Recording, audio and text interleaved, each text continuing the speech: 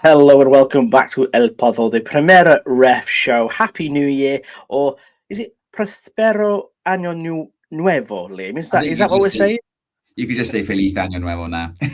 Happy New There we Year. go. Happy New Year to you, Liam. How are you doing after your massive trip this weekend, Liam? First of all, tell me how you're doing, and then tell us about that trip.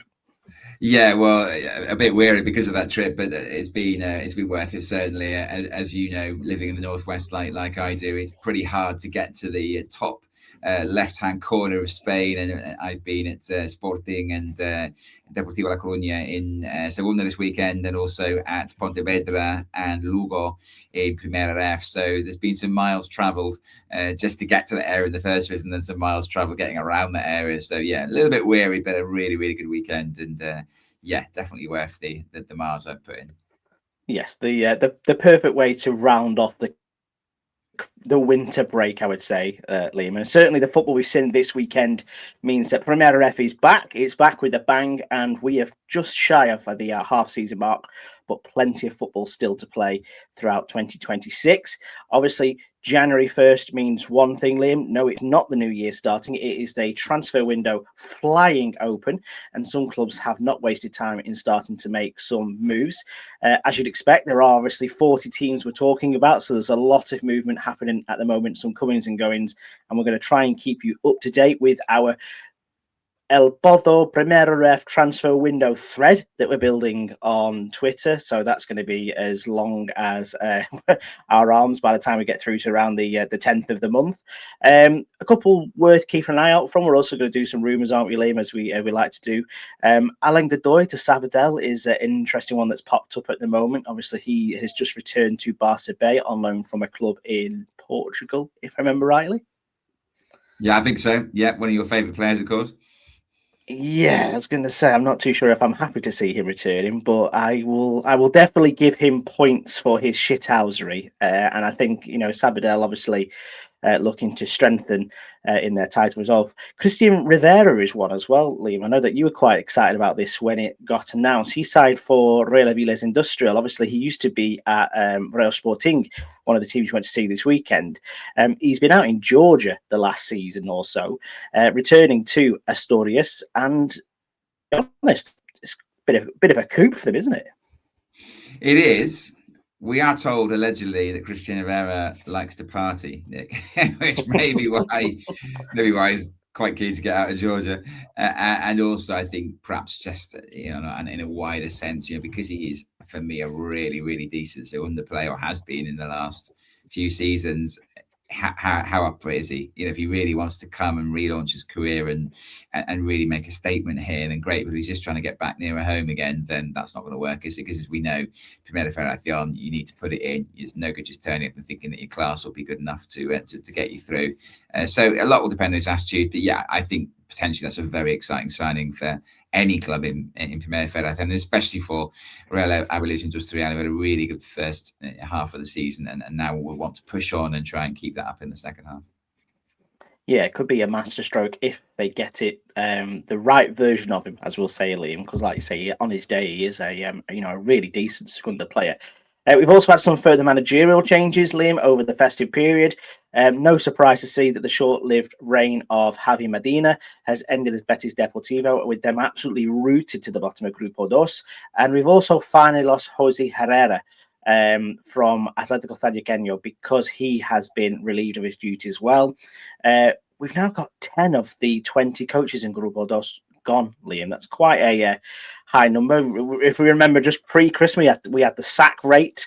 We're almost level with the Spanish Segunda now. I imagine that we'll surpass them with one or two moves in the next couple of weeks. But it is a bit of a crazy stat that half the managers in the league have all been gone. Yeah, incredible, really. An interesting Grupo 2 has lost a lot more. I think there's 5 or 6 gone in Grupo 1, and maybe some more to go yet. But yeah, there's a very high numbers out. And I suppose the thing we've got here is clubs that are investing significant sums of money on trying to get into professional football and perhaps running a professional outfit in Primera RF without any TV money. I know it's not huge in Segunda, but it's certainly more significant than what you get in Primera F. And such are the expectations, therefore, for these teams and the coaches who are in charge of them to perform, that if they are seemingly slipping below the levels that are expected, then they make a change and they look for a bit of a new coach bounce. And it's a tight league, isn't it? And I suppose some people have thought, right, you know what, we're still quite close to the action, even though we're not playing very well. If we bring somebody else in, then that might give us a little boost and get us right up in that top 5. But we'll see how many of those 10 coaches prove to be successful. Certainly Colunga's the one that stands out at the moment, which is an excellent decision from Murcia, but there are others that maybe have got a lot to live up to and they can't do any better than their predecessors.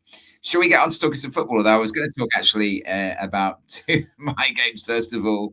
The difficulty with that is that I have actually recorded an El Pozo en Directo. So for those who want to listen to my thoughts on Lugo 1, Nerida 0 and Pontevedra 2, Racing Ferrol 1, I don't want to say too much about the games really, because otherwise you'll just be a bit bored listening to me talk about both of those games all over again in isolation and the El Pozo en Directo. But yeah, I would say, Nick, that I know you've got lots of plans to go places in 2026.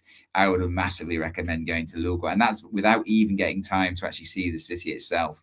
I really enjoy going to the Ancho Cara, and I'd like to, at this point, although you probably won't be listening, give Diego Lozada, the head of press there, a special thank you, because he sorted out my press pass. He was so welcoming, he couldn't do enough. And it was great also to see Diego Carballo up there. I had to dash off to Pontevedra, so I didn't have a chance to speak to him. He had a decent game, and he messaged me the next day to say they hoped I'd enjoy my visit, which I thought was lovely and totally above and beyond what I'd expect from somebody we just had a 10-minute chat with as part of our show.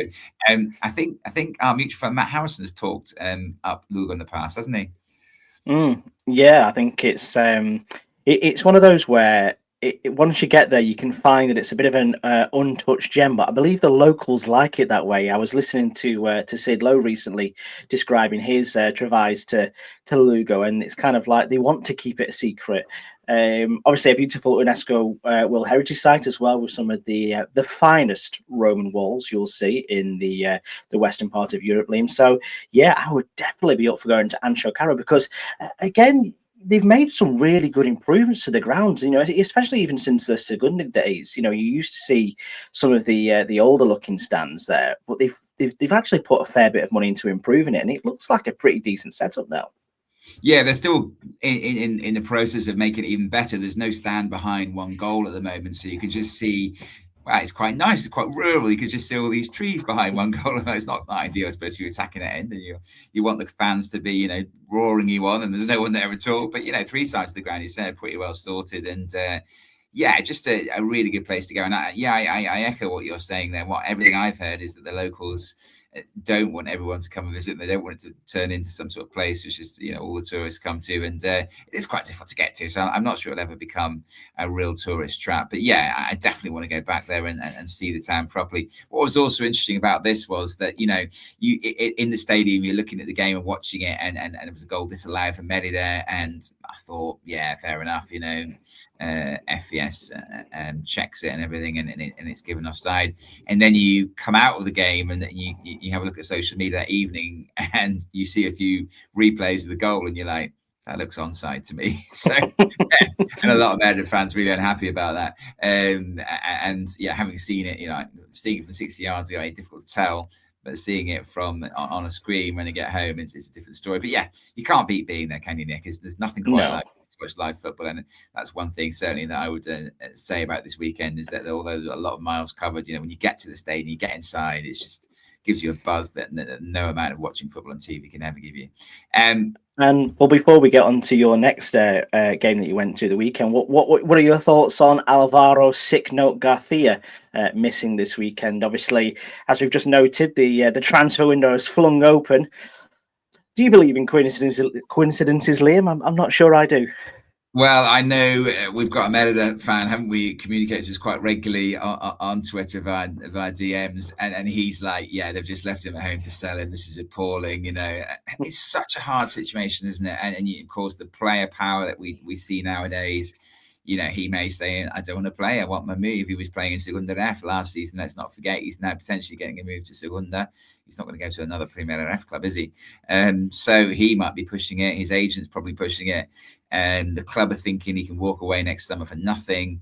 There are, the way he's played, there are clubs I would think in Segunda that would be prepared to pay his release clause, which is around 300,000 euros. I think it's not a huge amount even for Segunda clubs. You don't generally spend a lot of money on transfer fees. So yeah, well, I don't know what to make of it. He's officially injured, but yeah, I'm not sure I believe that one at all, to be honest. And I'm not sure many Melody fans believe it either. We'll see what happens over the next couple of weeks. Well, you look at the money potentially going into Cordoba, Liam, obviously with one of our favourites from last season, Abdiel Fuentes, potentially moving to Cyprus, I think it is, then wanting over €2 million. It's only a pinch then to take Alvaro Garcia into the Spanish Segunda, but that's just pure speculation for now, Liam. We'll keep an eye on that one with interest. You then hightailed it from Lugo to Pontevedra, from one part of Galicia to another part of Galicia. Liam, tell us about your trip to the Estadio Pazarón. Well, yeah, you will know from previous shows, if you're a regular listener, that I get quite cross about the fact that there doesn't seem to be a very good home support. There's a brilliant Fondo Norte, of course, who make a lot of noise, but I just feel every week when I watch those home games, I know it's one of the biggest stadiums. It feels like the kind of stadium that is going to look empty because it's set up. Do you know what I mean? It's going to look more obviously empty than some other grounds in Primera F, even if there was a half decent crowd in there. But I was really pleased to see that this game had a really decent turnout, and not just from the away team. Racing Club de Ferrol, I think, brought a couple of thousand fans. I know it's not very far away, but I still think that's a great effort, and certainly a lot more home fans there than there are for your average home game. So what I'd really like to see now, especially as Pontevedra won this game 2-1 and it was exciting, is to think that some of those fans would think that was great, that was really enjoyable. Let's come back and watch it again. I did have to laugh a little bit there because I was sat next to a couple of Spanish people, and the guy was massively into it, was clearly trying to get his girlfriend stroke partner stroke wife into it, and she was trying hard to be interested, but she was on her phone for most of the second half. It's like like, I'm really impressed you're giving it a go, but you're not into this. I don't think he'll be returning. I think he'll be coming back on his own to the next home game. But fair play, we need to get the Alex O'Brien school of thought into there, don't we? To say how do we get these wives and partners into Primera Federacion football? There must be a trick to that, Alex, that only Alex can tell us. Yeah, I think so. I think probably the problem is that they live in Pontevedra anyway, so it's not quite like you can't just say to them, let's go to Pontevedra for the time, and by the way, can you come watch 2 hours of football with me? I think they were locals, so she was probably thinking, what am I doing here? And but yeah, a good effort. And then you go to the club shop afterwards, and there are 2 4XL home shirts in there. Just think this isn't the first. We talked about this before, haven't we, Nick? With Sabadell's club shop being closed on match day. It's just like, what are these clubs doing? I know these, in theory, they're semi-pro clubs, but they're losing revenue with that sort of thing. And it was noticeable that a lot of the fans were in there buying the away shirts because that's all there was. And I suppose they could say, well, we've managed to get rid of the away shirts instead, but you're not really giving customers what they want, are you? And I can't believe they couldn't keep a little bit more stock than that, or if they do run out of stock, get a few more in. It's money that they're turning away and things like that. I just think, it's a big step forward for me, Primera Federacion on Segunda B, but there are certain aspects of how some clubs that I visited run their business that I feel like they're just not as professional as they should be. That's now three beautiful Kappa kits which have eluded my grasp, Liam, whilst you've been visiting on our behalf. So we will be writing a strongly worded letter to all those clubs to stock up ahead of our next visits. Let's put it that way. In terms of the game, I know you're going to speak about this on the El Pardo in Directo. Obviously, Pontevedra beating Racing Club de Ferrol 2-1. This is a massive win against a pretty local rival, and a real statement of intent from Pontevedra as well, isn't it? Because they leapfrog Racing Club de Ferrol into the playoff positions, and this were 2 clubs which were 2 leagues apart last season. It's really, really interesting, isn't it? Yeah, it's fantastic. I wouldn't say it's quite David versus Goliath, but it's not far off that, is it? I mean, we know that Racing Club de Ferrol got much bigger financial pulling power. It felt like a team of sort of cultured I don't know how you describe it really. The Rathing passed the ball around really nicely on what was a really pretty poor surface, and it was more sort of terrier like, which is interesting, of course, because great to meet James. Then, of course, he's a Huddersfield fan. Their nickname's the Terriers, so it feels like quite an appropriate team for him to support, having watched them. And we've watched them before, of course. I love Alan Ribeiro at the back. I thought it was tremendous. He's one of those, do you know what I mean? Like heart on his sleeve, just like, you know, making clearances, punching the air. It's just like, that is what I want to see from my centre half. So yeah, a big result. And of course, if they, I think, I'm not sure they've ever taken nothing for that. And of course, they were in the playoffs anyway. And so, you know, the key for them is, can they stay there? And I think the longer that they stay in and around it, the more that they will start to feel that they are genuine contenders for a top 5 finish. So yeah, great result for them. Certainly the little boys giving the big boys a bit of a bloody nose. And that was, you know, good to see. I'm always rooting for the underdog, as you know. Third game, which I didn't get to, I had to decide 2 from 3. Just not quite enough time to get to Orense 2, Real Avilés Industrial 1. This was a really good result for Orense. Of course, they started really poorly, then they did really well. And then they had a really poor December, didn't they? From a Primera Federacion perspective, they didn't do well in the league. They did well in the Cup, of course. Gave Athletic Club a great game, so they needed a home win, really, you know, to get things started here in 2026. I did just mention the pitch at Pontevedra is not in great shape. Did you see the highlights at this point, Nick? Have you seen Alcoto's current state? I cannot even put words to describe what this pictures look like. I think I took a screenshot that we saw on Twitter, and basically just made the argument for Europa and Arenas Club staying in their artificial hybrid pitches, because, you know, this is ridiculous, and it's got to be dangerous, surely, to be playing on a pitch like this. Yeah, I agree. I think the amount of sand on that pitch is probably more sand on it than Brighton Beach, isn't there? Or Blackpool Beach would be for you, wouldn't it? But, you know, yeah, absolutely crazy. And you could see, you know, I didn't watch the whole game. I just watched the highlights. You could see the way the ball was running. It's bobbling up and down and everything. You know, no fault of the club, really. Don't forget that this is a council-owned pitch, that the other Orense team play on it every week, that the weather in Galicia in the winter is always wet and rainy, you know, and cold. And, you know, they've had lots of cup games, of course. They've had, you know, Copa del Rey right through till at least 3 midweek games, haven't they, on it? And they had the Copa Federacion as well, didn't they? Which earned their right to play in the Copa del Rey, and they had the final of that on their own pitch. So just too many games. And unfortunately, it didn't lead to a great game. But interesting to see Javi Cueto starting at last and scoring and putting the visitors ahead before half time. But really, a good second half from Orense, I think. Yeah, they came back really strongly after the break, didn't they? And I think that's kind of maybe what Danny Lethera has been looking for his side to do, especially after you mentioned that really poor December. But by contrast, I think Real Avilés Industrial were just really disappointing in that second half as well. They've been a club this season that have often taken the initiative, haven't they, Liam? And, you know, really solidified an advantage whenever they get one. And again, was it the pitch? Was it coming back after winter break? We're not too sure, but it felt like a bit of a capitulation, really, that let Orense off the hook a bit. Yeah, I mean, you have to say there's that head of Madrilen Gomez that hits the bar, top of the bar. If it goes under the bar, it's 2-0. Does the game pan completely differently? But yeah, I looked, as always, to see what the fan reaction was to this performance, and I saw one fan describe it as their worst second half of the season. You're right, and in a lot of games they've really pushed on, and even if they've been pegged back, then they've gone on and won games. I always think of that Guadalajara game where they were ahead and pegged back several times, eventually won it in added time. This game, once they got level, Orense, it always looked to me like the home side were going to win. I mean, the winning goal is a horrible goal. It's Alvaro Raton, the Orense keeper, smashes it 70 yards down the field. There's a mix-up between the keeper and the defender. And then, I mean, Buthai just nips in and just lobs it over Alvaro Fernandez in the Real Avilés goal. And that's the remontada complete, 2-1, and a great result for them. But yeah, I think Real Avilés Industrial will be disappointed to start their new year like that, because it's the kind of game in the first 17 games, those are the kind of games they were getting at least a point from, and so to get nothing will worry them a little bit. But it's a one-off, I suppose. Let's hope that, you know, the circumstances, the pitch, maybe as you say, just getting back into the swing of things after the break. These are all things that could have played into it, ending as it did, and they can just push on from this one, forget about it, and not let it happen again. Yeah, you put this in black and white, Liam, the highlights of this in black and white. You could easily think you were watching 1970s Spanish football quite easily with the state of the pitch, the way it was played.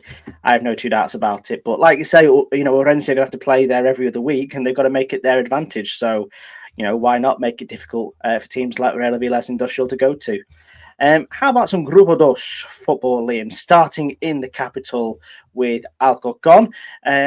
Pablo Alvarez was heavily tipped to be replaced just before Christmas. It kind of looked like he'd, ran out of road. However, he was given a bit of a stay of execution over the festive period, and he started as manager of Alcorcon this game. I must say they actually started quite well, and it seems that they've maybe responded to something that he must have changed in it, because they started the game really, really well. However, they did go a goal behind. You get a really good view on the highlights from this Cartagena goal. You look right down the side to the linesman, and Alfredo Artuño, yeah. I'll go with that one. He looked just onside to me from Juan Rojas being playing him onside. I don't know about you, Liam, but there were a few Alcorcon fans that sort of questioned this to say he's clearly offside. It was a bit of a 50-50 for me. Yeah, I think this is one of these ones where he shouldn't be overturning because it's very close, isn't it? And as you say, the camera angle for it suggested he was just onside. So fair enough. The assistant had a good view that the camera was for once in exactly the right place, and I think right call. But yeah, Alcorcon was strong, came back strong. I mean, I've seen him a few times recently, and I get the disappointment with how things are going and the criticism for Alvarez, but I just don't think they're playing that badly. I really think in this game they were pretty good, weren't they? Fell behind and really came back well. Yeah, they really, really pushed for an equaliser straight away. And, I must admit, a lot of what you see and a lot of what happened in this game happened in the first 45 minutes. And, they had a couple of long-range efforts saved in the first half. They had a penalty claim where a Cartagena defender went right through the back of Mariano. He was turned away for FES. And then the Ukrainian talisman Vladis equalised for them from a bit of a tap-in, but he won't care. It was a good play in the build-up to it. He's pretty much all but sewn up to sign for Cardiff in the summer now, isn't it, Liam's? But it's good to see he's still focused on getting goals for his current side. And it goes in at 1-1 at half-time, which I think, like I say, watching the football, people will be calling for maybe Alvarez to be moved on. I just think it's that lack of goals maybe that's not helping them really, or whether they're going behind too early. I'm not too sure for Alcorcon, but they're not playing badly. But they obviously are just outside the relegation zone. Yeah, I mean, the thing is that the league is so tight, isn't it, really? Listen, I don't watch every single Alcorcon game. I know there's a lot of talk, there's a lot of passing around at the back, and they're not forward-thinking enough, etc. But the games I've seen them recently, I think they've been not bad at all. But they've generally drawn those games, so that isn't good enough, is it, when you're trying to when you have aspirations of being in the top five? As you say, the second half was a bit of a non-event, and I suppose probably Ivan Martinez had busier the second half, isn't he? So again, if any team was going to win this for me, it was going to be Alcorcon. And I mean, Cartagena, where are they at right now? Disappointed with the draw, do you think? I think they will be. I think they'll rue not taking advantage of the fact that Alcorcon seem to struggle to get results despite playing, good to well at times. And I think Javier Rey obviously has his team in a good enough position to be challenging for the playoff places. He'll be upset to see that his other Murcian neighbours are all on 29 points apiece in the playoff positions as well. I suppose, will Alvarez continually, will we be seeing an 11th manager, possibly even a 12th manager soon being replaced? Will Alcorcon stand for this for much longer? Very interesting, isn't it? Because everything I've heard suggests that he is been living on borrowed time for several weeks now, but he still is in post, and I'd really, really like them to turn it around under him. I really would, because I just feel like they're not a million miles away from shooting up the table. But yeah, I don't think he can carry on forever, can he, with draws? He needs to start. He needs to string together 3 or 4 wins really to really take the pressure off him, I think. Yes, and Alcorcon obviously a team that can not flex financial muscle. That's probably too long a stretch, but they do keep themselves busy in the transfer markets like they did in the summer. So a couple of signings, like you say, you could find yourself shooting up that table. The next game I've gone for, Liam, last time out was Hércules versus Sabadell. this has got to be game of the weekend, hasn't it? Surely, Liam. 5-1 to Sabadell at the Estadio Jose Rico Perez. What a statement result this is. Yeah, a lot of comments about the referee in this one afterwards, but that shouldn't detract from what was a tremendous performance. And I really like Lopez Pinto. I think he's one of the best players in the division. Blows a little bit hot and cold, but yeah, brilliant goal here to get them going after 10 minutes, wasn't it? And then Mosabe equalised for Hércules, and then like this copybook somewhere. What was your view of this? Is this a red card? I think from the letter of the law, it's definitely a red card. I don't know if he knows too much about it, but I also think from a certain extent, the Sabadell player is putting his head into a position where, that's where a foot might be if a defender's trying to clear it. So it's maybe not 6 of one, half a dozen the other. I can see why the red card was given. And obviously going down to 10 men against Sabadell didn't really help them. And after that, in the second half, Lopez Pinto basically started the second half route, latching on to the end of a brilliant cross to finish past Kolothabad. The third one comes through a penalty, which again was won in quite controversial circumstances. A rebounded shot blasted against the body of Javi Jimenez. His arm is out, Liam. Again, letter of the law, you would say. He has to do it. But Is it really out that far? It's not out that far, but it's still out for me. I don't know about you. Sounds like you've got a different opinion. Yeah, I'm not sure about this one. I'm really not. But then when it comes to handballs, I just don't know anymore, really. Natural position, distance away from where the ball is hit doesn't seem to matter anymore. I wouldn't give this one. I think it's a very harsh decision. And unfortunately, it's a good penalty in the corner from Ruben Martinez. I know that I'm not going to condone projectiles being thrown on the pitch, don't get me wrong. But, you go and celebrate, I think, with your teammates, but they kind of head for the corner, don't they, as well? Sabadell players, I'm like, you just need to read the situation a little bit better. You must be able to hear from the noise coming inside the ground that the fans are really unhappy about this penalty award. I don't think it'd be running straight over towards the fans. But yeah, it leads to a suspension of play, doesn't it?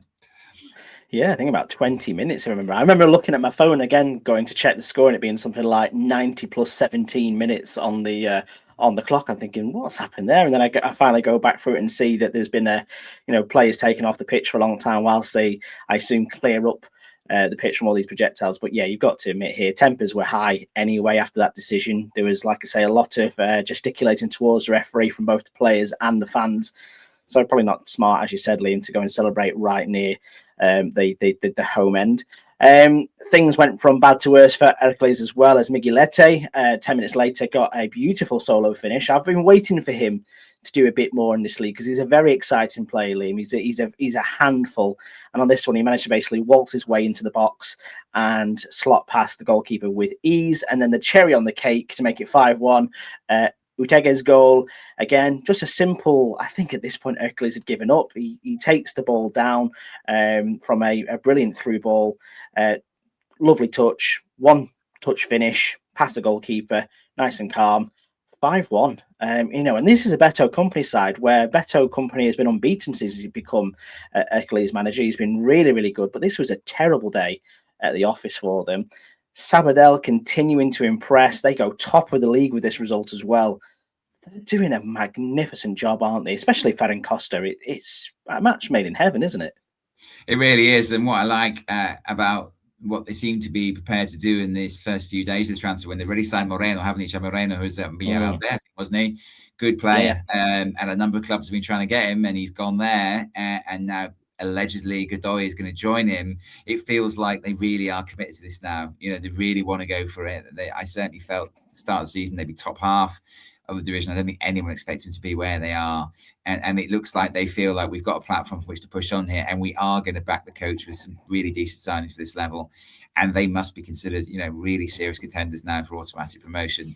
By contrast, Hércules not happy with the referees this season on a number of occasions, and they've protested, haven't they? They've put in an official complaint. I don't think these things really get anywhere. I just kind of think like referees in Spain feel quite protective of their decisions. I think we've seen a lot of referees. I saw a lot of comments today. There was a thread like, "What do you think of FES so far?" I think Golsinvar put it up there, and lots of people saying, I just feel the referees are too proud to change the decisions, even when the evidence clearly suggests they've got it wrong. They just stick to the guns out of sheer bloody mindedness. And I just feel these kind of sort of, official complaints, clubs feel they have to do it, to sort of take a stand and, draw a line in the sand. But I can't see that it's really going to help. You can imagine a set of referees sitting down together and going, oh, I see they've complained about us. How is that going to make the referees be more on your side? They shouldn't be on your side anyway, of course, but how is it going to make them feel, positive towards you if you're basically complaining about them?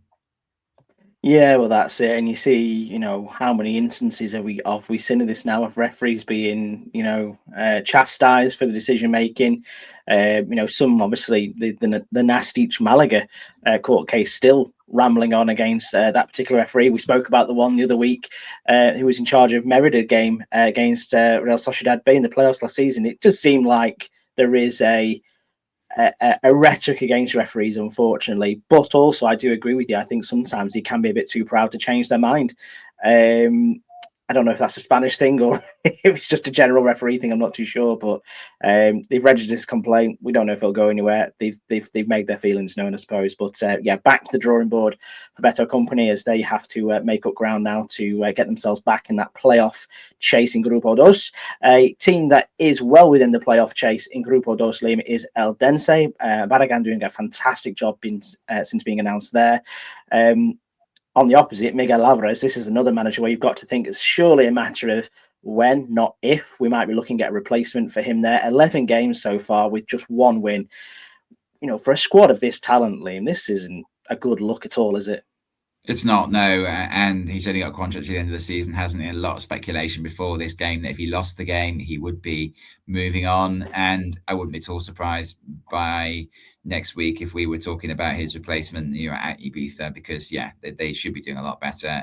They were okay in this game, but, then a really simple goal to concede for me, a simple finish, I suppose. It was some good play by Eldense on the right-hand side. But, 1-0 down, plenty of time to get back into this one.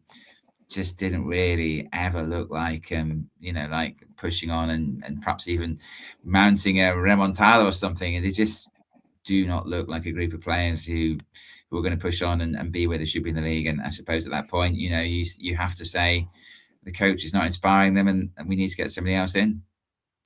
No, and that's exactly it. And I think, the way to describe this game, especially after that goal had gone, it was quite flat from both sides, to be honest. And I think that's also testament to the way, Barragan has got Eldense playing. He's got them doing what they need to do to win games.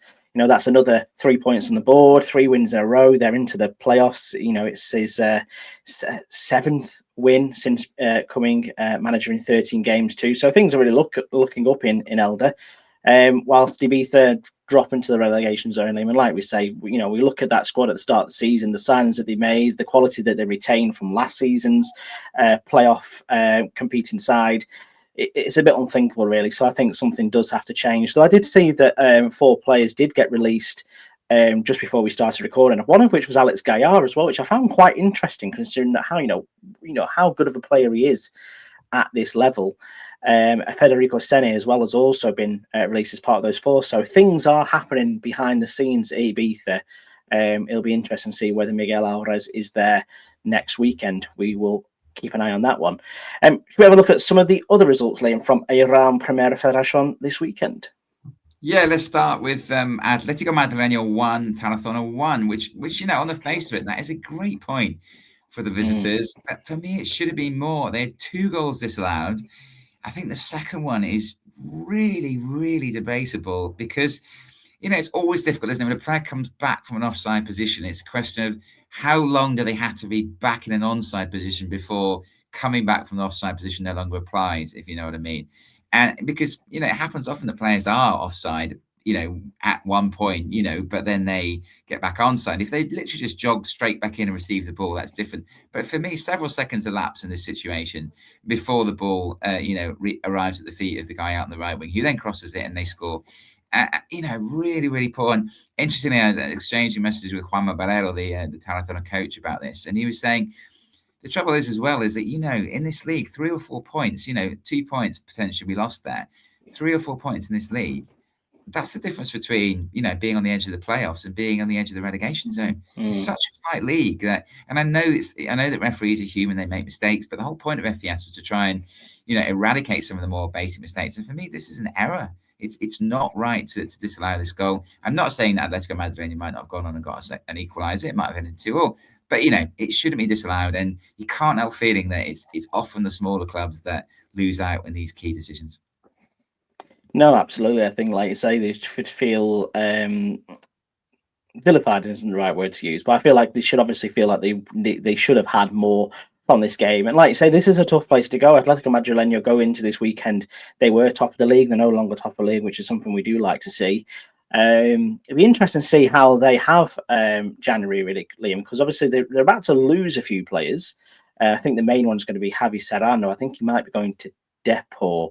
I think that might be the case, but also a couple of other players have found themselves, being moved on. I don't know if it's to make room for bigger or better players. I'm still not too sure, but it'd be interesting to see how they get on. But Tarazona here for me, the home form that they got is incredible. They just maybe need a few more away wins, like they could have had here, to keep themselves at arm's length from the relegation scrap come the end of the season.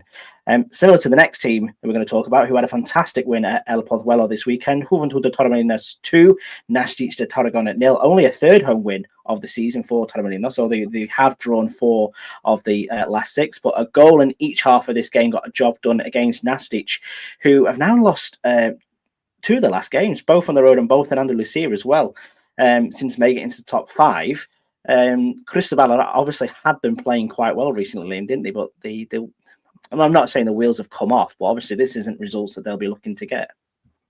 No, disappointing, isn't it, really? And of course, they're dropped out of the top 5 now after those 2 defeats. And away, Antequera away at Juventud de Torremolinos. 2 relatively difficult games, but to get no points from those 2. They defended really poorly in Antequera, and in this game didn't really create a great deal at all. It was not a great performance for me. So some thinking for Paralo to do. Initially had a really positive effect on this team, and he needs to just pick himself up this weekend. I think they're at home to Teruel, aren't they? Which is an important and difficult opposition. They need to get a win in that one. Talking to Teruel, Teruel 0, Antequera 1, and this is probably as much as anything about Abraham Pather, isn't it? Who's the new coach? Well, not that new now, but he's been in charge of 4 games, hasn't he? At Antequera, he's come from Gibraltar to take on this job, and 3 wins out of 4. And let's not forget, Teruel have only lost 2 games at home all season going to this game. So that's a really, really good result. And they scored early on in this one as well, and held them relatively comfortably. Rafa Diz scored the goal, his first ever goal in Primera Federacion, and that was enough for all 3 points. So really encouraging signs for Antequera after a fairly poor first sort of 2/3 of the season. The next result, I think, was perhaps the biggest surprise of the weekend, don't you think? Baracaldo 5, Unionistas 0. Yeah, I didn't see this one coming at all, Liam. Even though Unionistas did concede 4 goals against Orense a few weeks ago, but they obviously battled back in that match. But this is an absolute whitewash from a team that have been out of form as of late as well. We were speaking about Imanol de la Sota needed to get a reaction out of his squad, especially if Baracaldo did still have aspirations of being in the top 5 come the end of the season. And this is an absolute, riot here, isn't it? Goals from all over the place. Victor San Bartolome back in amongst the goals again. Wrong time to return with Athletic Club maybe looking around the corner. Stay out for a few more weeks. But he's got to come back. He went off injured. They haven't won the last 4, I don't think, have they? And he went off injured in the first of those 4 games that they haven't won away at Real Madrid Castilla. He comes back for this game, and I'm not saying it's all about him. Of course, 5, then it can't be, can it? Although, 3rd goal playing out for the back. What I think about that at this level. A penalty, silly penalties give away. So there were some sloppy goals in there, but the pick of these 5 goals, Victor San Bartolome, picks the ball up, left-hand corner of the area, flicks it to the legs of a defender, out comes the keeper, flicks it over the keeper. It's just, the guy's class, and as you say, it's a beautiful thing. I want level, I'd like him to stay injured until February, really. He could come back on February the 1st so that nobody could get him. But, I'd love to know what his release clause is, because he is quality. He will play in Segunda at least in future. Easily. He's very, very good. And this is a statement, result. And let's not forget, under Mario Simone, Unionistas have been difficult to break down. They've been, and they've usually been good at coming back from going behind as well. We've seen our fair share of remontadas from Unionistas since he's become manager. They just didn't have an answer to Baracaldo here at all. And to be 4-0 down before half-time, 5-0 down before the hour, this was really an afternoon to forget for the visitors in the pouring rain. Another big results down this time in the Costa del Sol is Algeciras 3, Sevilla Atletico 0. A great result we'd like to see. Another clean sheet for the home side, 6 in a row, and a golazo from Victor Ruiz, Liam, in this game. Yeah, free kick out on the right, left foot, bang, in off the underside of the bar. We love these, don't we? Yeah, the ones that rattle in off the bar. It was pouring in this one as well, wasn't it? I don't know. I've obviously not been to the Romeo. It's on my bucket list for 2026. Obviously, the camera angle is the near side. I can see that 3 sides of the ground have got no cover whatsoever. It was a pretty poor attendance, but it was chucking it down. So I can understand why it might not have been a massive attraction to go to this game against Filial, let's face it. But maybe the near side has got some shelter. So if there's any Algeciras fans out there listening to us, then let us know if there's anywhere where you can go watch the football there. And we'll sit on the rain. We're used to it, Nick, aren't we? I think there is one, though it might be lying to me, because I am trying to see it from the road now, because you can drive past the Nuevo Mirador from the main road as you go towards Cardiff or to to Tarifa or something like that. But I do believe there is one stand that is underneath the goal, but obviously that'll be where the camera equipment is kept. But obviously, again, another fantastic result from Algeciras here. I know Sevilla Atletico aren't a world-beating team at the moment, but they're quietly going about the business, and this is surprising to what we were predicting at the start of the season, because I genuinely thought they would struggle this season. Yeah, so did I. I mean, they had a new coach coming in, didn't they? And there was a sense that there were issues with the players being paid, and yeah, I genuinely thought they would be a side that would be struggling right down the bottom. He's got great team spirit. He's worked there, hasn't he? And they really, as you say, at home they're absolutely formidable. 2 settings off for visitors in the second half to make their afternoon even more miserable. It's they need to win a few more away from home. But yeah, if you keep winning your home games and not conceding, then you're fine, aren't you? You can probably afford to lose most of your away games and still be staying in the division at least. And if they could start winning a few, who knows? They could be one of these real surprise outfits that starts putting some pressure on in Grupo 2, which we already said isn't a Grupo that has any real standout teams at this stage. There's not a big gap from first to third like there is in Grupo 1. Maybe they could start pushing for a top 5. But yeah, great stuff from them, and a club of modest means, and yeah, really good to see them doing well. Cacereño 2, Celta Fortuna 3. Cracking game, disappointing result. Yeah, the home side will be gutted that, having fought back from 2-0 down and played with 10 for the last 20 minutes, that they missed out a point in added time here, Liam, with Oscar Marcus, with the winner for Celta Fortuna, 6th of the season from midfield, only 19 years old. I know we don't like filiales on this podcast, Liam, but there is something you've got to admire about Celta Fortuna, because they do have a proper pathway to the first team, and they've got some fantastic young little players in there, don't they? Yeah, I like Marcos a lot. I like Rodriguez as well. Of course, there's a few in there that really strike me as being impressive. And they are the nearest chasers to Tenerife. If they hadn't won this game, then Tenerife would be 7 points clear at the top. So, they are not exactly hot on the heels of the leaders, but they're as close as anyone can get. They're also 5 points clear now of Real Madrid Castilla, who are in third. So there is a real gap, between first to second to third in Grupo 1, which of course doesn't exist in Grupo 2. And pretty much as we thought would happen, with Tenerife. So let's hope that somebody catches them up, even if it's a filial, to make it a little bit more of a contest. Talking of filiales, Real Madrid 2, Arenteiro 0. On the face of it, a really straightforward win. If you just look at this result in the online or in the paper, it looks like 2-0 filial at home, no problem. Not the case, though, was it? No, really not. I think Arenteiro, both in this game, especially in the first half, were excellent. But they've shown recently that Suéter has really got some form out of them.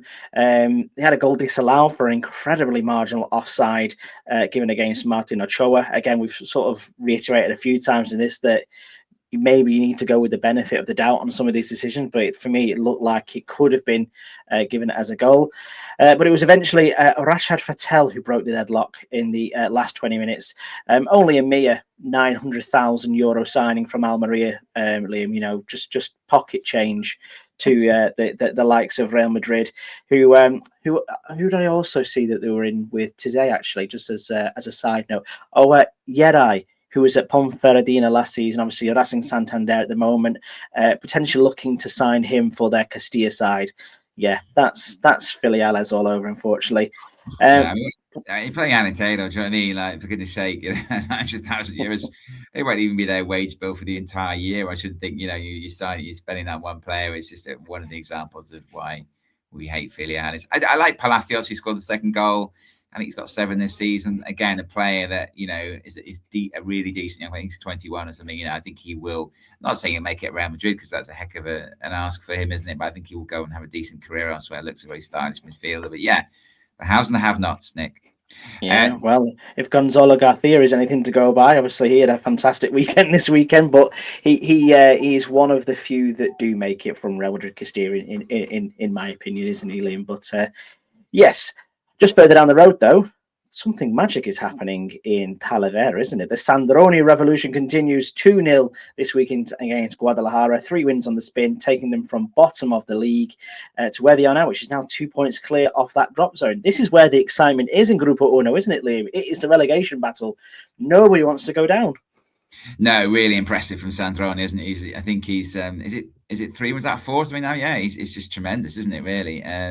Is it 3 wins on the spin? Yeah, it's 3 wins back to back, I think, isn't it? So yeah, tremendous stuff. Yeah. Di Renzo seems to be firing now for them as well. He's a good striker. Got a few goals early on, then a really long barren patch, and is now back in the goals. But so frustrating for Guadalajara. They're a minute away from going in 0-0 at half time. Pablo Rojo gives the ball away deep inside his own half. Somebody slots in Di Renzo, smashes it in the corner, and then scores again early in the second half. He's got 4 and 3 now, actually, Di Renzo. And Guadalajara just can't buy a win on the road, can they? They won the first 2 away games against Celta Fortuna and Ponferradina. I bet they never imagined that 7 games late they still wouldn't have won another one. And just, their home form is not. They're playing better at home, but I think they only scored 6 goals away from home all season.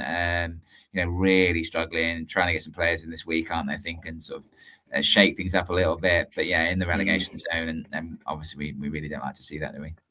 No, Gil Pereiro has just been signed, hasn't he? Who spent last season at Lugo, but only scored 1 goal in his first time in Primera Federacion. It's goals that Guadalajara.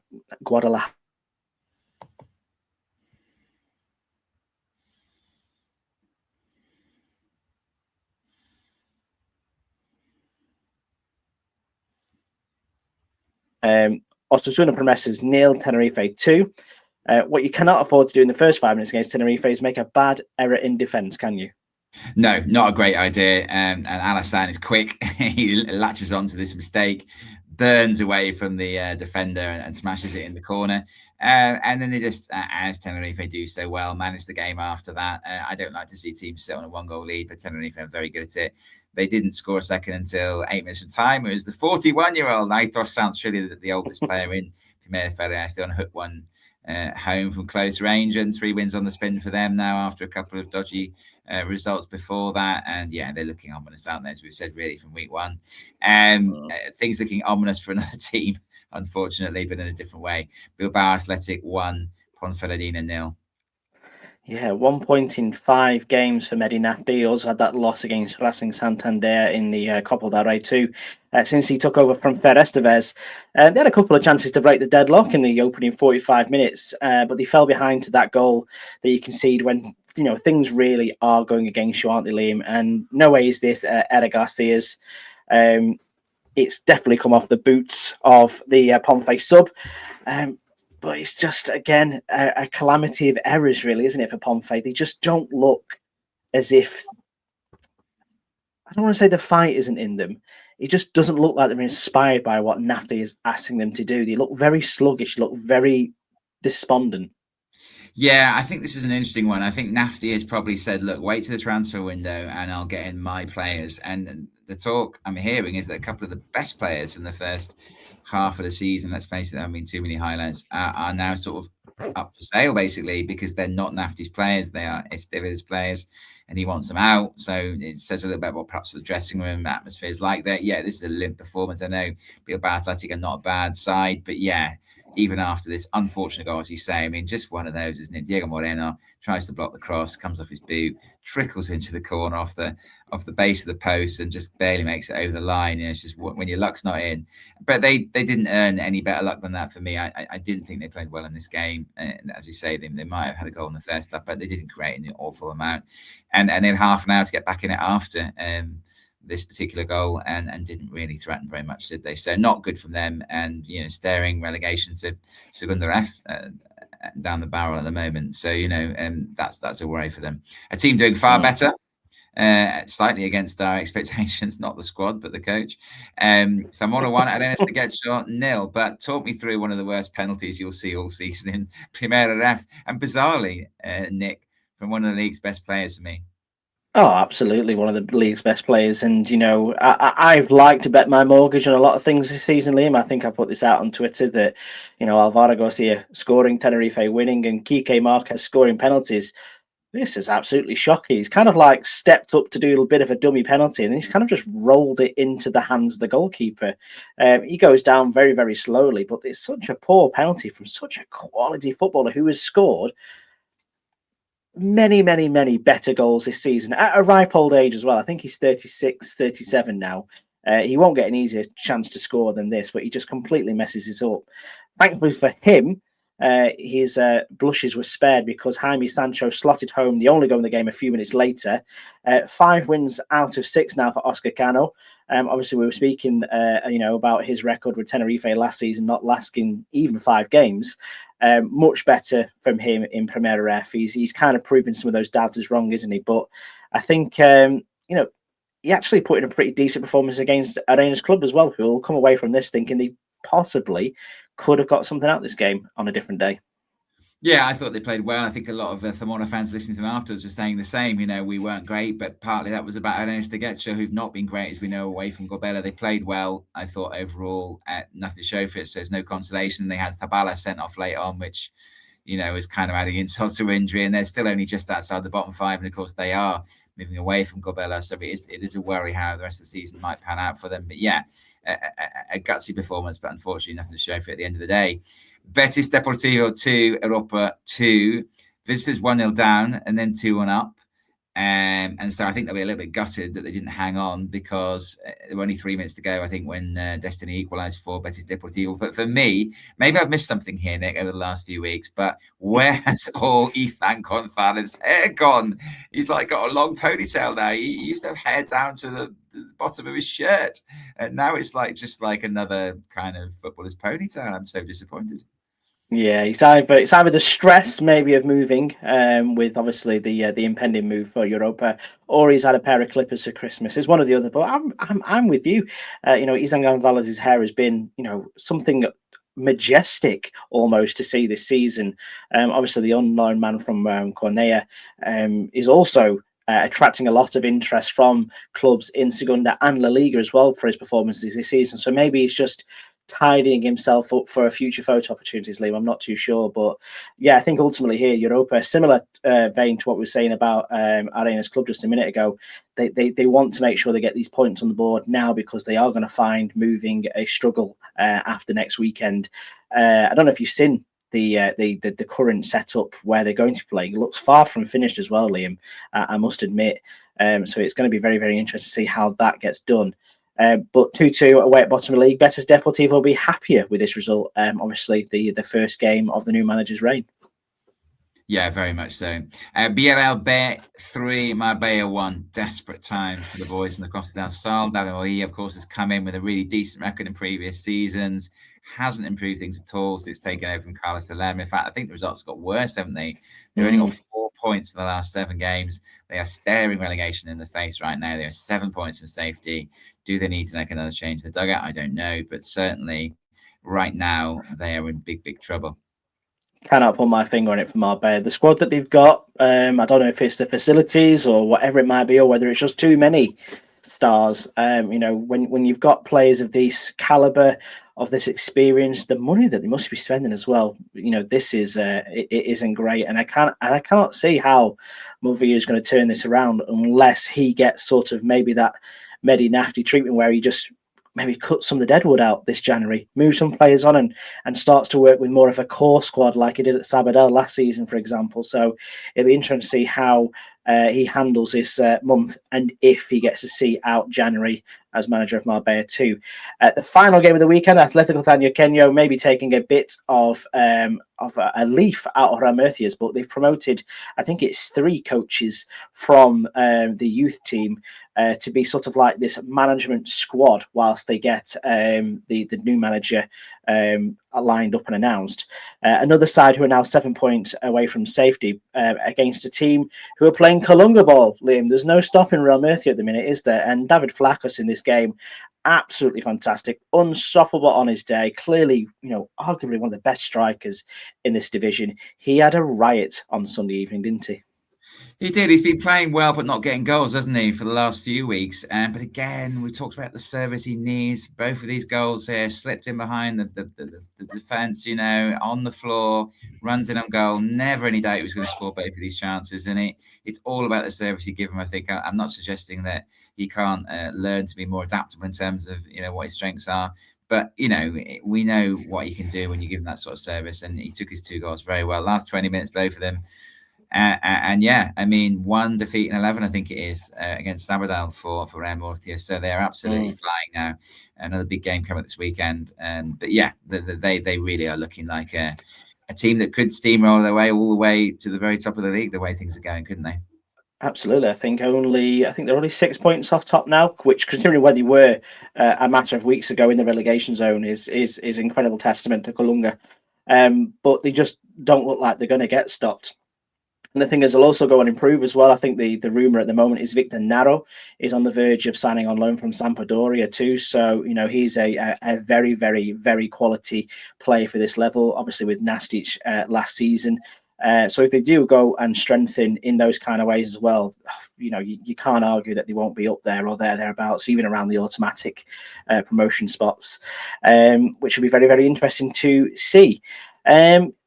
Games to watch this weekend, Liam. I get the joy of talking about Grupo Uno this week, and I'm going to start with a Friday night under the lights at the Helidoro. Tenerife against Talavera. Obviously, we know Tenerife are a fantastic club at this level. They are absolutely waltzing away with the league at the moment. I think by my maths, if they continue at this rate of knots, they'll be promoted in early April, which is just mad to think of, isn't it, Liam, considering that this league plays out well into the end of May and the playoffs into June. But the Sandrone revolution, as you've mentioned, is well underway. Talavera could spring a surprise on the Canary Islands on Friday night, so that's at 9:15 Spain time. My second match is between 2 of the surprise packages in the playoffs in Grupo Uno, Real Avilés Industrial against Pontevedra Saturday at 6:30. And at the same time, if you're a bit more of a sadist and you fancy watching 2 teams down at the bottom of Grupo Uno, Guadalajara are hosting Cacereño in what is a massive 3-point match. The winners will obviously get themselves into a much more better position to get out of the relegation zone, whereas the losers will be compounded to being even further away from safety come 8:30 on Saturday evening. What about Grupo Dos? Yeah, I went first of all for Gymnastique and the Tarragona against Teruel Sunday at midday. Not necessarily going to be high on goals, but I think this is a really, really important game for the home side. And Teruel, who lost last weekend as well, they're sort of hovering still in and around the playoff picture, and they've had such a good season so far. I think they'll want to go there and play well. So yeah, more intriguing rather than, I think this is probably a under 2.5 goals, possibly even under 1.5 goals, but certainly I think it will be an interesting game to watch, even if it's not high on goal math action. Antequera against Atlético Madrileño seems like a really interesting one as well. That's straight after it. So Sunday midday, Gymnastic de Tarragona against Teruel, and then 2 p.m. on Sunday, Antequera, Atlético Madrileño. And I think that's a really interesting one because Antequera are playing really well under Abraham Paz, and Atletico Madrid, as you say, a little bit of movement in terms of their squad. They've got a C team that's playing really well at the moment, so maybe they're moving some players out to move some of those up from the C team and give them their chance a bit higher. So it depends how that works out for them. And then, of course, perhaps the biggest game I think in either Grupo, 6 p.m. Sunday night, Real Murcia against Hércules. That should be cracking. Yes, we've got football there for you recommended across the weekend. All 3 days of football, including a Super Domingo, as we've got in Grupo Dos there, accumulating in Real Murcia against Hércules. I'll definitely be watching that one however I can. The Spanish Segunda show, Liam, obviously you've been away this weekend, not just watching Primera football, you've been away watching Segunda football too. I know you just released the first half of your trip to Galicia and to Asturias. Is there a lot more to look forward to on the Spanish Segunda channel this weekend? I suspect you enjoyed part one very much, Nick. I mean, Sporting Malaga. I spent most of the 25 minutes waxing lyrical about Malaga, to be perfectly honest. So that's a recommended listing for you. And then a little bit more about Deport Cádiz on Thursday night. Yeah, I mean, teams at top drop points and teams like Malaga, Ceuta, who are sort of in and around the bottom of the playoff picture, will be hugely encouraged by that. It's as always fascinating to see how things might pan out at the top, especially, and Zaragoza lost this weekend, so I just need to hope that things start to get a little bit better for them down the bottom. But yeah, I'll be keeping a very close eye on it as always. Yes, absolutely. And in that vein, Liam, on the back of your trip and Matt Harrison's trip to Gijón as well, we are having a Sporting Gijón Real Sporting week on El Partido as well, accumulating in a chat with Matt Harrison on Friday about his trips there and the history of, what is one of Spain's true sleeping giants, aren't they, Liam? We did a sleeping giants episode on Real Zaragoza. This is another team of that ilk, and certainly, what we saw at El Molinón this weekend would suggest that they fit very much into that category there too. Keep your eye out for El Podo stuff all week. Like I say, we are keeping you up to date with all the moves happening in Primera RF, all the transfers in and out of our 30-ish clubs. I'm trying to avoid filiales because it's just cheating. We'll also keep you up with the rumour mill, and we'll also keep you up with any changes in managerial situations and fixtures, which are going to be hopefully announced in the next few days as well. But for now, Sporting Director doesn't involve any filiales at all. We're talking 4 pure Primera Federacion sides. So some content from those 2 games I went to that don't involve any B teams. So there's a good one for you. Perfecto, yes, just well remembered to add that at the end there, Liam, that we've got an El Podo and Directo coming out too from some fantastic stadiums as well, and we get to meet some fantastic people too, don't we, Liam? So I look forward to listening to that as well. I'll say thank you to you guys at home for joining us once again. Please go onto social media, give us a follow, give us a like, interact with us, tell us about your club and what your expectations are for the second half of the season. I know we're going to be looking, at the midpoint, Liam, aren't we? Sort of like revising our predictions, looking at some of maybe the top talents, and also maybe having a little peek, maybe not from the Segunda above, but the Segunda ref below, who might be joining us next season as well, which I think would be a very interesting look to have there. And I'll say thank you to you, Liam, once again. Enjoy your sleep. You've earned it after this weekend of travelling. I look forward to speaking to you at the weekend when there's plenty of football left to play in the Primera Federacion. But for now, I'll say hasta luego.